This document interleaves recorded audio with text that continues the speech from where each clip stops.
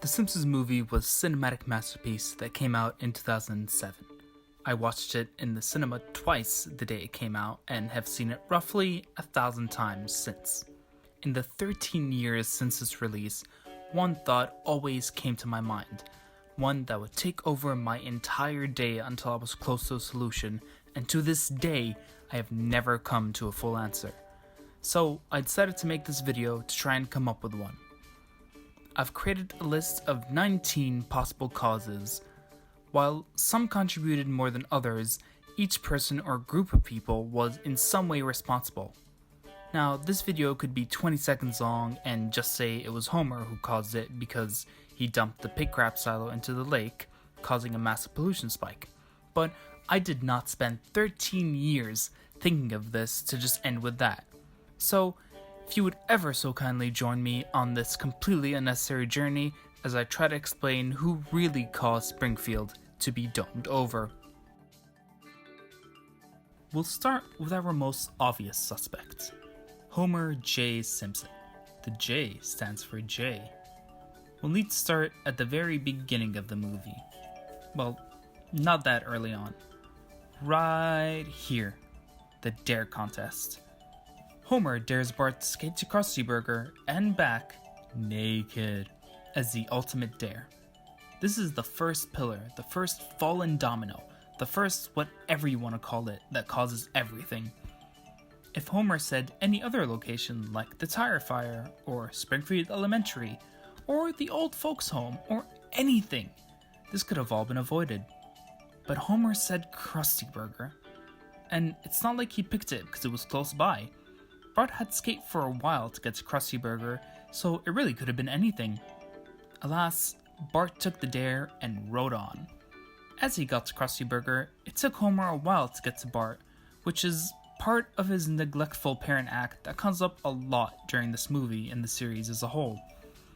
If Homer drove alongside Bart to make sure he made it to Krusty Burger, then they would have gotten a meal there and left before Krusty shoots the commercial for the clogger. But Homer waited at least an hour, if not longer, to go see what was taking Bart so long, timing them up exactly with Krusty's commercial. Now, before I go any further in the movie, let's look at the other person in this debacle, Bartholomew Jojo Simpson. Bart is 10 years old, and the last thing he wants to do on a Sunday is reshingle the roof with his dad. But there he was, helping Homer. Being an energy-ridden 10-year-old, he got bored super early into the reshingling and suggested the dare contest to his immature father. Bart suggesting the dare contest also caused Springfield to be domed over. While this is indirect, it still caused a series of, disastrous events? That's the right word.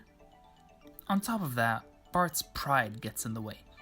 He didn't want to wake up to Good Morning Chicken and have a chicken-based wedding song.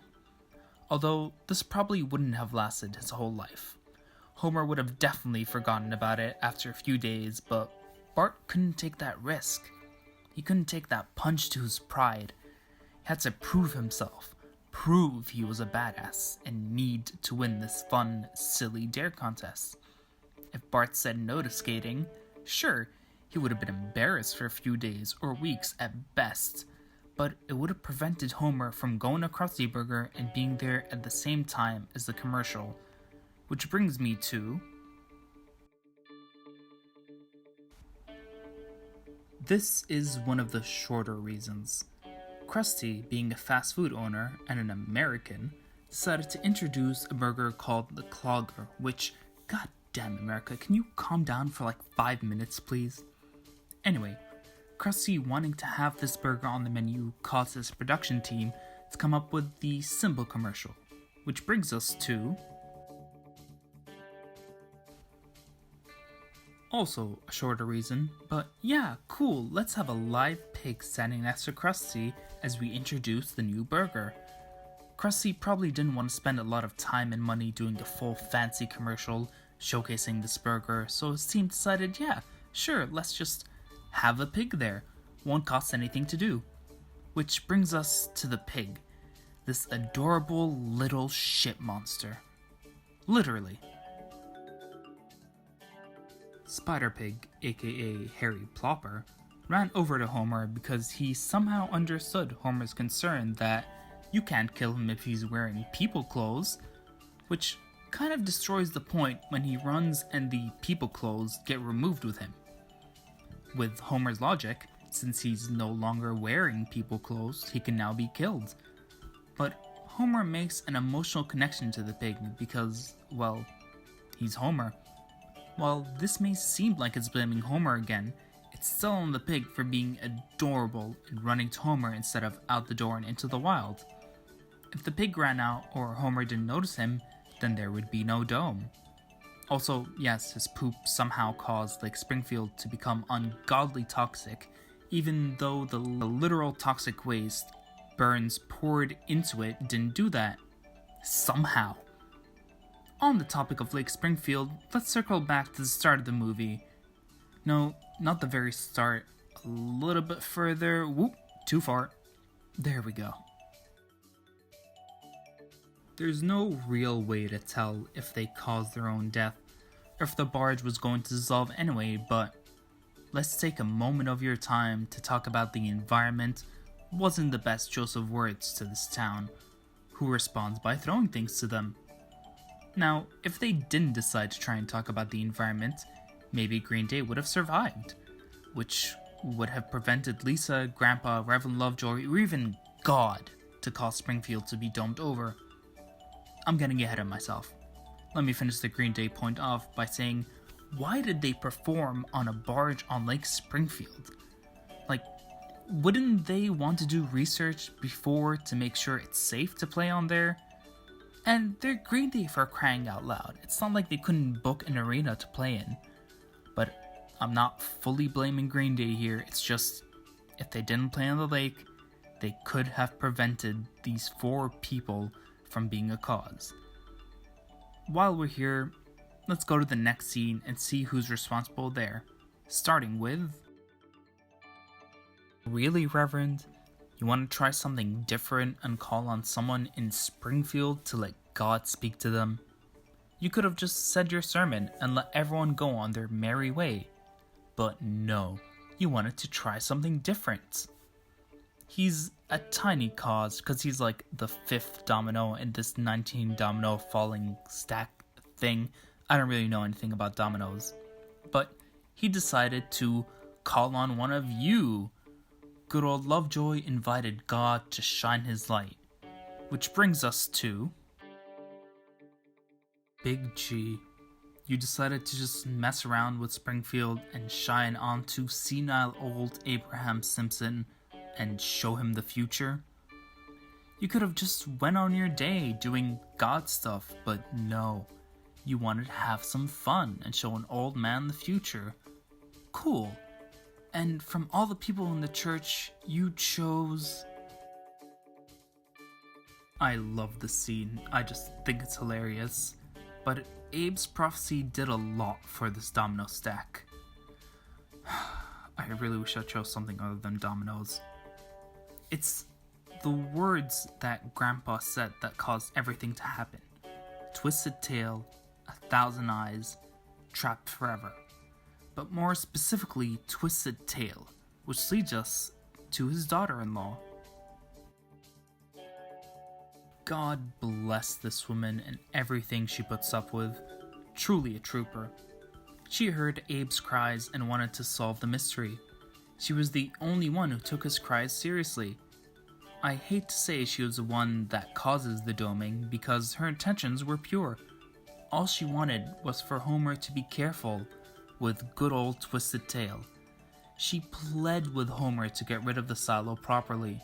She knew Spider Pig's poops would somehow cause the end of the town. It really wasn't her fault that she chose the worst timing possible to ask Homer to get rid of it. If she asked a day before, or a day after, then Homer would have waited patiently in line at the waste management site and gotten rid of it. No rush or fuss. But it just had to be that day, the day Lard Lad got shut down. I'm grouping these three together because they're all in the same event and because I want to do it. This video is probably long enough as is, and I've still got 6 other people to do after these 3, so Lard Lad, the Springfield Donut Shop.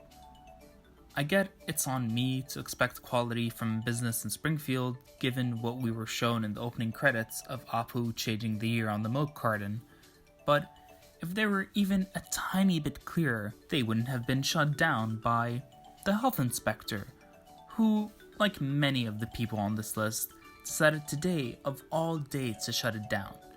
Wrong day, wrong time. Then you have the worst person in all of this, Lenny. Okay, maybe not the worst. He is a good friend for calling Homer and letting him know about the free donuts, but also, how long was he there before he decided, you know who would love this? Homer. He decided to wait until he got his share before letting his friend know.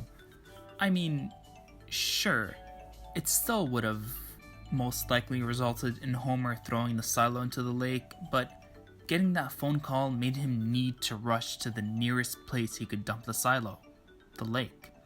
So, while Lenny isn't a huge blame, he's still partially to blame. Slightly. With that, we come back to the lake, specifically the anti-dumping deal. Good old Mayor Quimby.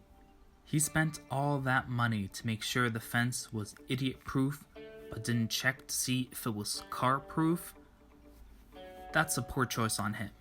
But really, that's the only reason he's a cause. If the fence was car-proof, Homer wouldn't have been able to drive through it so easily. While we're on government officials, let's go to Russ Cargill, head of the EPA. Sure, he was just acting on the instructions of the president, but he seemed sketchy enough that he was probably planning on doming Springfield anyway. His company makes the domes, so he's getting personally paid for this domification. There were probably better options, but this way, he gets more money. And really, isn't he the only person responsible for doming anyway, since he literally approved it? But also, I was elected to lead, not to read. Another amazing line from this movie, but really, who elects a president that can't read? Oh, whoops. Sorry, America. Anyway, if President Schwarzenegger took the time to look over the 5 options, I don't think he would have chosen the one that doomed and erased his hometown, or at least the town that made him famous. I'm not too sure if he's from there, but still, he spent enough time there to most likely not want to have it erased and trapped forever.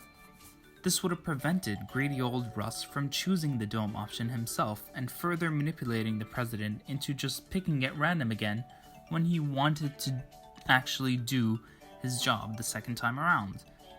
Next up, we have one of the most controversial options. Lisa and her green thumb were the true cause of the doming. If she didn't care so much about the pollution at Lake Springfield, everyone would have gone on with their day. Homer would have dumped the silo either in the lake or listened to his wife and dealt with the problem properly like a loving and caring husband. But alas, Lisa nagged the town into cleaning up its act and creating a barrier around the lake. Feeling accomplished, she Greta Thunberg'd the small town. And then there's Lisa's love interest for this movie. Again, this is an issue of right time, right place. Colin and his family had to move to Springfield at the same time Lisa was advocating for the lake. Meeting Colin pushed her further to try and solve the pollution issue, and if he weren't there, Lisa still probably would have pushed to solve the issue, but you know, Colin loving the environment pushed her more. I just didn't like Colin, okay? But last, but not definitely least, the town blamed Homer for single-handedly causing the doming, and while, yes, he's the one who ended up causing it, if the pollution in Lake Springfield wasn't already toxic by Krusty's flop sweat, Crazy Cat Lady's laundry, Moe's bottles, Burns' nuclear waste, or Fat Tony's yard trimmings, then an extra silo of human/pig crap would have not been the final catalyst. Who's to say that, given another week, one of those would have caused the final straw of pollution? Is human/pig crap really radioactive enough to cause 1,000 eyes? They blamed Homer because they thought him dropping the silo after they cleaned the garbage from the lake caused the final straw? No. If Lisa didn't push them to clean the lake, and Homer dropped the silo, and they found the 1,000 eyes, and everything went as it did, then no one would know what caused it. Homer's silo would have been on a list of possible causes. So, with all this information, who is truly to blame for the doming? I think all 19 parties played a part in procuring a place in this problem. They are all domino pieces, and Homer was unlucky to be the one at the very end. So yeah, keep blaming Homer. Tell me I've wasted my time with this, or offer up a better solution. Please, let me sleep for the first time in 13 years. I just want to know what the right answer is. Thank you so much for watching. Have a great day.